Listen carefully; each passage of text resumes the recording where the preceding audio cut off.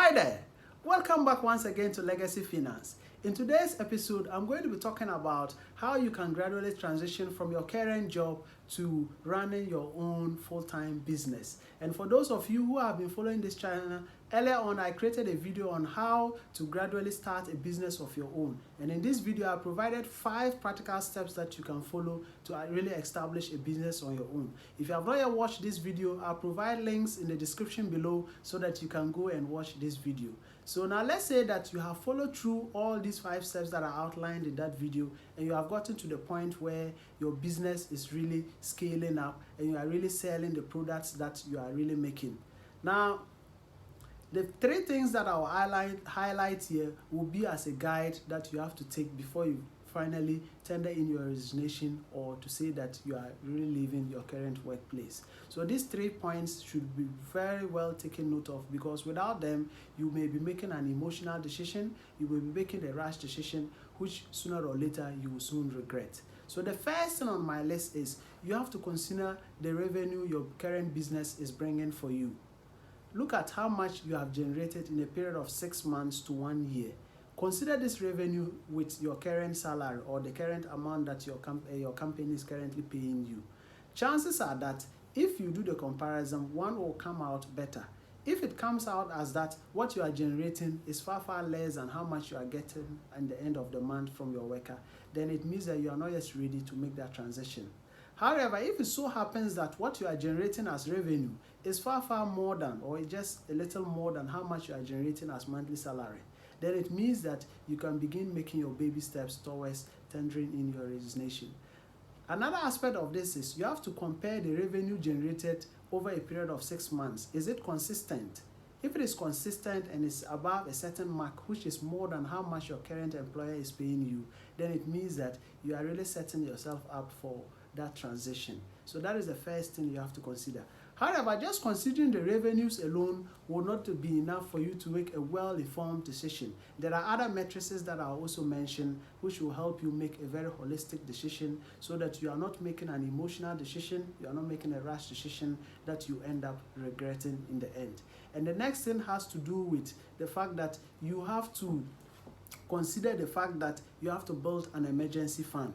Build an emergency fund. Now, running a business comes with a lot of ups and downs. There are a lot of ups and downs in running a business. It's possible that you start a business and the business is doing so well, and after a period of 6 months, then the business gets into troubles where the revenue you are generating is no longer coming, yet you have to keep spending to sustain the business. So that is where the issue of the emergency fund comes in. The emergency fund is a fund that is supposed to cushion you. It's supposed to be some kind of insurance. It's supposed to be some kind of protection against harsh business periods. Periods that the business is really slow and it's not really picking up for you.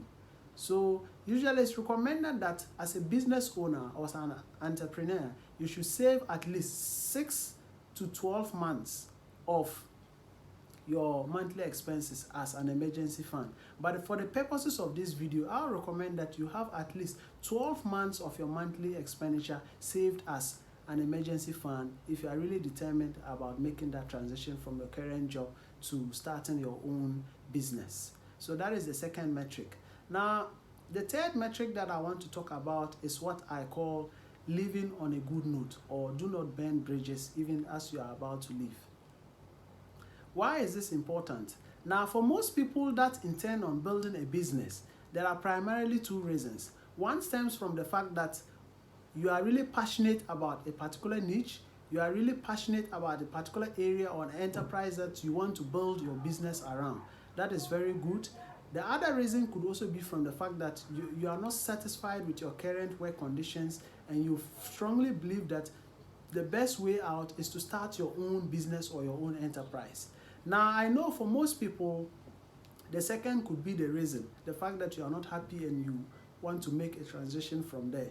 Now, if you are living based on this reason, chances are that your reasons could be that you were not properly treated in your workplace, you were ill-treated, the treatment meted out to you was not the best, and as a result, you were frustrated or depressed and wish that you want to go and start your own business.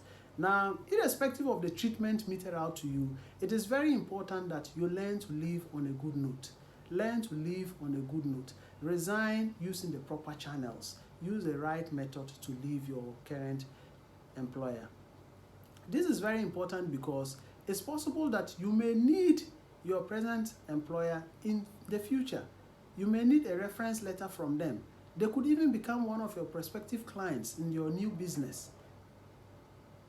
Okay, so it's important that you really live on a good note. Apart from that too, it's possible that you can go into the business and after some time the business is not doing so well and you need to return back to your current employer. So it is important that you live on a good note.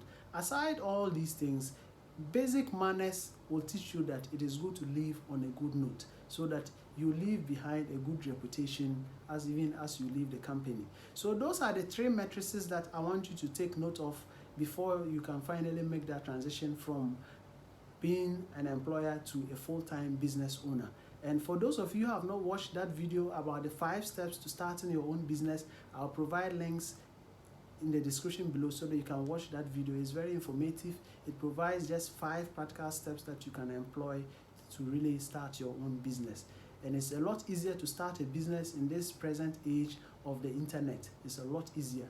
If you are willing, you can really start a business of your own. So friends, if you have really gotten some value out of this video, which I know you did, please remember to support this channel by giving this video a like and subscribe if you haven't done that already.